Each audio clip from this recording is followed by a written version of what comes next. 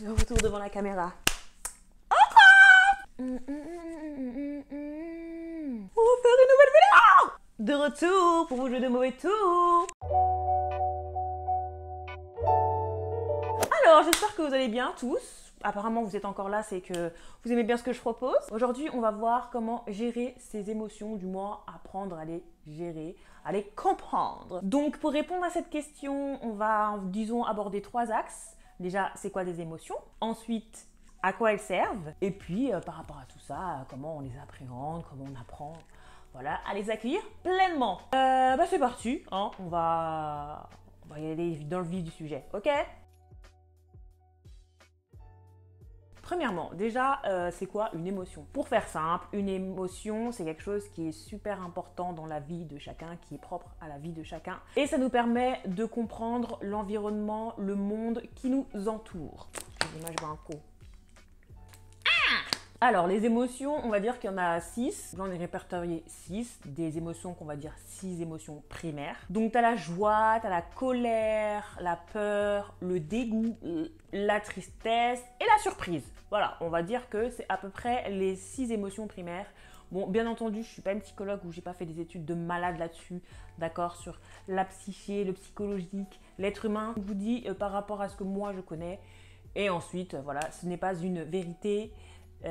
Comment dire, ce n'est pas la science infuse. Voilà, c'est tout ce que vous devez comprendre. Donc j'appelle ça des émotions primaires parce qu'en fait c'est des émotions après qui se déclinent, on va dire, pas à l'infini, mais elles se déclinent tout simplement. Elles se déclinent à travers, on va dire, d'autres sous-émotions. Donc quand j'entends sous-émotion, par exemple, on peut avoir par exemple, je sais pas, le sentiment de honte. On peut avoir aussi par exemple l'euphorie qui est issue de ces émotions primaires. On peut aussi avoir agacement par exemple. Voilà, c'est des sous-catégories des 6 émotions primaires que je vous ai citées juste avant. Donc après, ces émotions et sous-émotions, voilà, sont agrémentées et accompagnées de réactions physiques. On connaît tout ça, qui peuvent être vécus comme agréables pour certains et désagréables pour d'autres. Ça, jusque-là, tout le monde est OK. OK, très bien, on continue, on continue. Donc, petit exemple, hein, pour ceux qui n'auraient pas compris, les larmes, le cœur qui s'agite, le cœur qui s'emballe. Enfin bref, vous avez compris l'idée, d'accord? Et par rapport à tous ces effets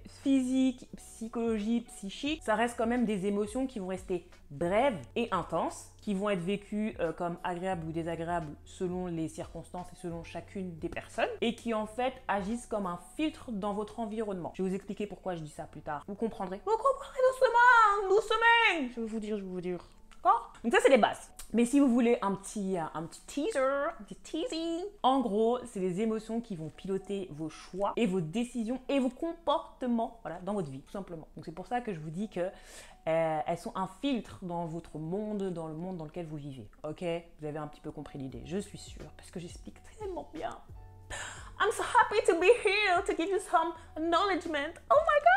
Anyway! Et aussi, petit teasing numéro 2, il faut savoir, à la différence de tout ce qui peut être dit et qui est totalement faux, il n'y a pas d'émotions positives et d'émotions négatives. Il y a juste des émotions. Voilà. Après, si vous le vivez de telle ou telle manière, je peux comprendre que vous dites positive ou négative, mais en soi, les émotions, elles ont un rôle, elles sont là, et c'est pas pour qu'elles soient soit positives, soit négatives. C'est comme si vous disiez, faut que je trouve un exemple, ma main gauche, elle est positive, et ma main droite, elle est négative. Ça n'a pas de sens. Vous avez une main gauche, une main droite, elles sont là, c'est pour quelque chose. Basta. Fin du débat. Il n'y a même pas de débat, il n'y a même pas de... Tu vois un peu ce que je veux dire? Donc bref. Donc il n'y a pas d'émotions positives ou négatives, parce qu'elles ont un rôle, et ces émotions, vous devez les accepter telles qu'elles sont, vous devez les appréhender, vous devez les comprendre, parce qu'elles font partie de vous, elles font partie de toi. Donc il faut les accueillir à bras ouverts et les accepter pour vivre tout simplement beaucoup plus sereinement. C'est le conseil déjà que je peux donner, c'est la base des bases. Parce qu'au final, dire qu'il y a des émotions positives et des émotions négatives, ça sous-entendrait et ça voudrait dire qu'en fait, il y a des émotions qui sont utiles et des émotions qui sont inutiles. T'as compris? C'est faux. Chaque émotion est utile, qu'elle soit perçue comme désagréable ou agréable. C'est comme ça que tu dois faire avec. Et si t'es pas content, t'appelles Dieu et tu vois ce que tu peux faire avec. Ou la nature, ou la vie, comme tu veux. Mais tu deals avec lui. Parce que là, tu peux pas faire semblant. Sauf si t'es un psychopathe. Ouais, si t'es un psychopathe, là, il y a moyen que tu puisses un peu balayer tout ça d'un revers de main. Mais si t'es un psychopathe, s'il te plaît, pars de ma chaîne. En tout cas, on va voir ça maintenant. Vous avez tout le contexte, tout le schéma, toutes les grandes informations, les grandes lignes pour savoir ce qu'est une émotion. On va aller maintenant dans le vif du sujet et je vais vous expliquer le deuxième point qui est à quoi servent nos émotions. Je vous explique ça maintenant. Donc, à quoi servent nos petites émotions qui parfois peuvent nous casser les... Ok? Alors, tout simplement, la première chose, une émotion, ça sert à mettre en lumière vos besoins, tes besoins. Donc, j'entends par là, est-ce que mes besoins sont respectés ou non? Donc, tes émotions qui sont en toi vont te dire si c'est le cas ou non. Ça sert aussi à être un moyen d'alerter comment tu te sens à l'intérieur de toi, dans un environnement, dans une situation donnée. Donc, tes émotions vont faire ding, ding, ding, ding. Et puis, je sais pas, il y a l'émotion de la joie qui va sortir ou il y a l'émotion de la peur qui va sortir. Pas compris le délire. Et toujours dans cette notion de besoin, en tout cas dans cette notion intrinsèque qui nous concerne, ça va alerter toujours dans ce que j'appellerais tes limites et ton cadre, ce qui t'est propre. C'est-à-dire, par exemple, ça va être un indicateur de savoir si on bafoue tes limites ou non, dans certaines situations ou non, avec certaines personnes ou non. J'aime bien faire ou non, ou non. Bref, dans cette même logique, tes valeurs, tes principes, voilà.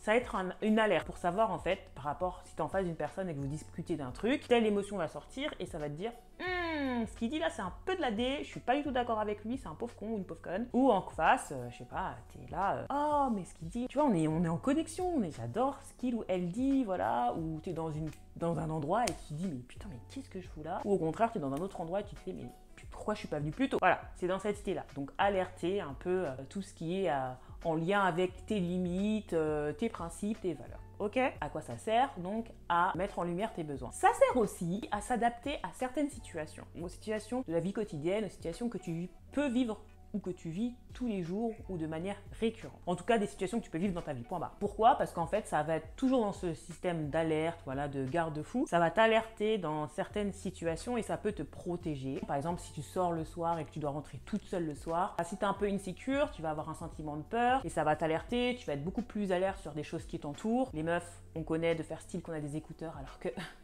on n'a pas les écouteurs, il n'y a pas de musique, hein, ou faire style qu'on est au téléphone avec quelqu'un parce qu'on a l'impression qu'il y a un fou furieux avec un couteau de 20 cm qui est derrière nous et qui attend qu'une chose, c'est de nous planter dans la nuit, d'accord? On va adopter des attitudes, des choses qui vont nous mettre en sécurité ou non, si on ne se sent pas en sécurité, ou nous mettre en lumière ou non, si on a besoin de se mettre en lumière, ou...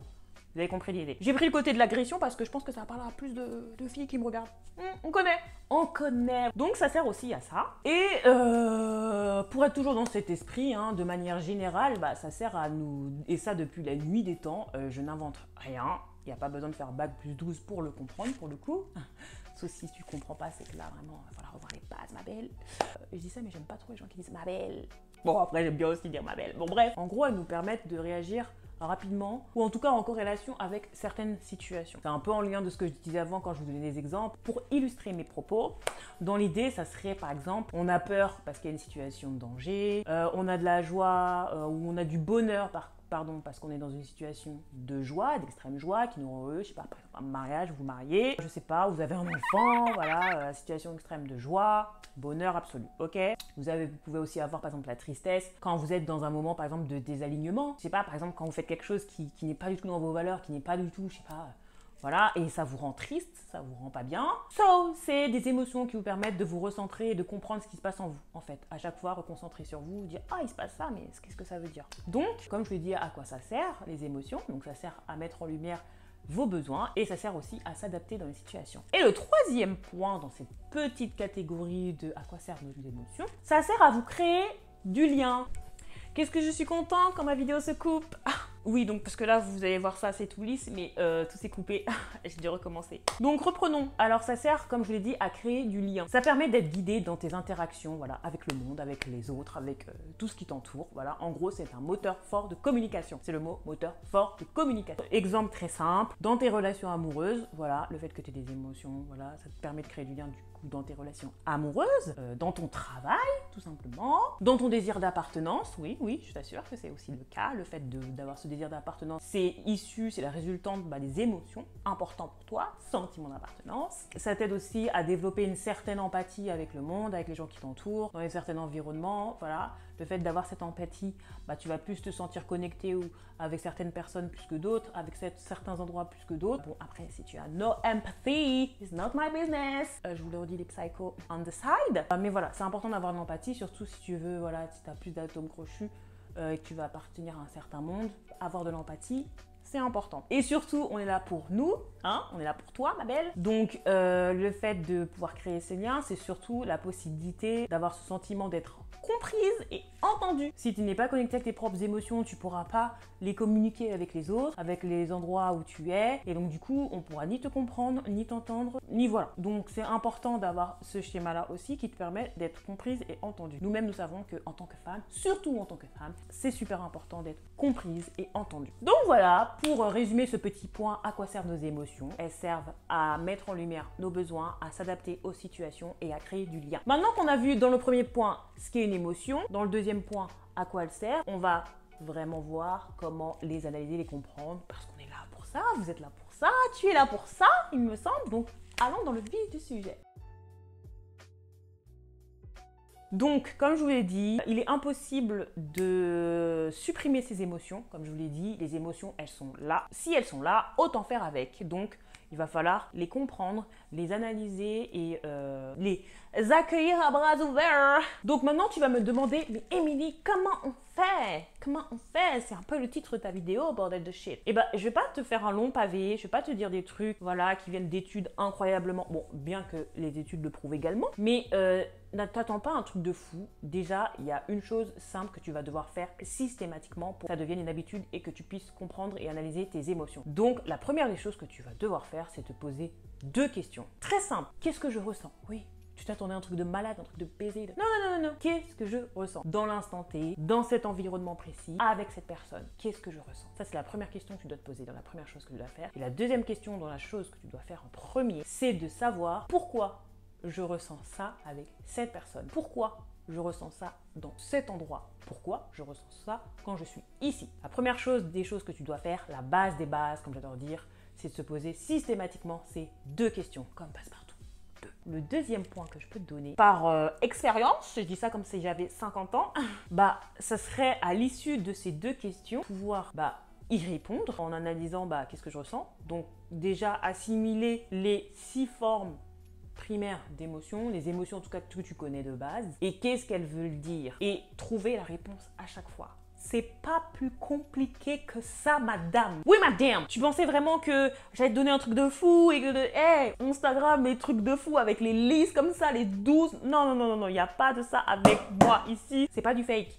Ici, on est dans la vraie vie, d'accord? C'est une safe place, certes, mais on est dans le concret. C'est les 2 choses que tu dois te poser. Le qu'est-ce et le pourquoi. Et la deuxième chose que tu dois voir, c'est répondre à ces questions. Et quand tu as répondu à ces questions, à force d'être dans cette dynamique-là, ça va finir par devenir une habitude. Mais je ne te dis pas que le chemin ne va pas être long. Si tu n'as pas eu l'habitude de le faire depuis toujours, le chemin va être très long. Voilà, une longue traversée dans le désert, un pèlerinage. Je te dis ça parce que, en connaissance de cause, moi qui ai été full out of my face concernant mes émotions, je peux te dire que c'est seulement que maintenant que j'arrive à me poser la question plus ou moins de manière systématique, tu vois, c'est encore un peu mais qu'est-ce que je ressens? Pourquoi je ressens ça? Émilie, calme-toi, va pas gifler les gens tout de suite, comprends ce qui se passe, parce qu'en général, en fait, les émotions, on a tendance à, au lieu de prendre le temps de dire calme-toi 2 secondes, parce qu'en fait, on fait ça pour nous, tu fais ça pour toi. On a toujours la tendance de projeter en fait nos propres émotions sur la personne en face, parce qu'en fait, ça nous permet d'éviter de régler le conflit intérieur. You know what I mean? Du style, en fait, toi, t'es énervé, tu t'énerves sur la personne elle va très bien, et tu dis, ouais, mais t'es là, t'énerves les gens, t'es même toi-même énervé, alors que le gars, il dit, mais je vais très bien en fait, c'est toi qui projettes tes frustrations, ta peur, ta colère, tout ce que tu veux sur moi, alors que moi, j'ai rien fait. On t'a déjà sorti cette phrase, maintenant tu comprends pourquoi. Donc, le deuxième point que je peux te dire, c'est tout simplement ça, c'est d'avoir cette habitude, tout doucement, cette gymnastique d'esprit, de te poser ces questions et ensuite de pouvoir répondre. Et quand déjà tu auras aussi assimilé ce qu'est une émotion, quelles sont les émotions primaires, quelles sont les émotions sous-jacentes à ces émotions primaires, à quoi ça te sert, et justement d'avoir cette gymnastique d'esprit, à force de répétition, on dit quoi? Il faut 6000 heures ou je sais pas quoi. À force de répétition, quelque chose devient une habitude. Un truc du genre, Instagram sur moi, je sais pas si c'est vrai ou pas, mais en tout cas, il faut quand même à partir d'un moment une certaine répétition pour que ça devienne un automatisme. Donc tout simplement, comment analyser et comprendre ses émotions, c'est à travers ces questions et à travers la réponse et la résultante de ces questions. Voilà!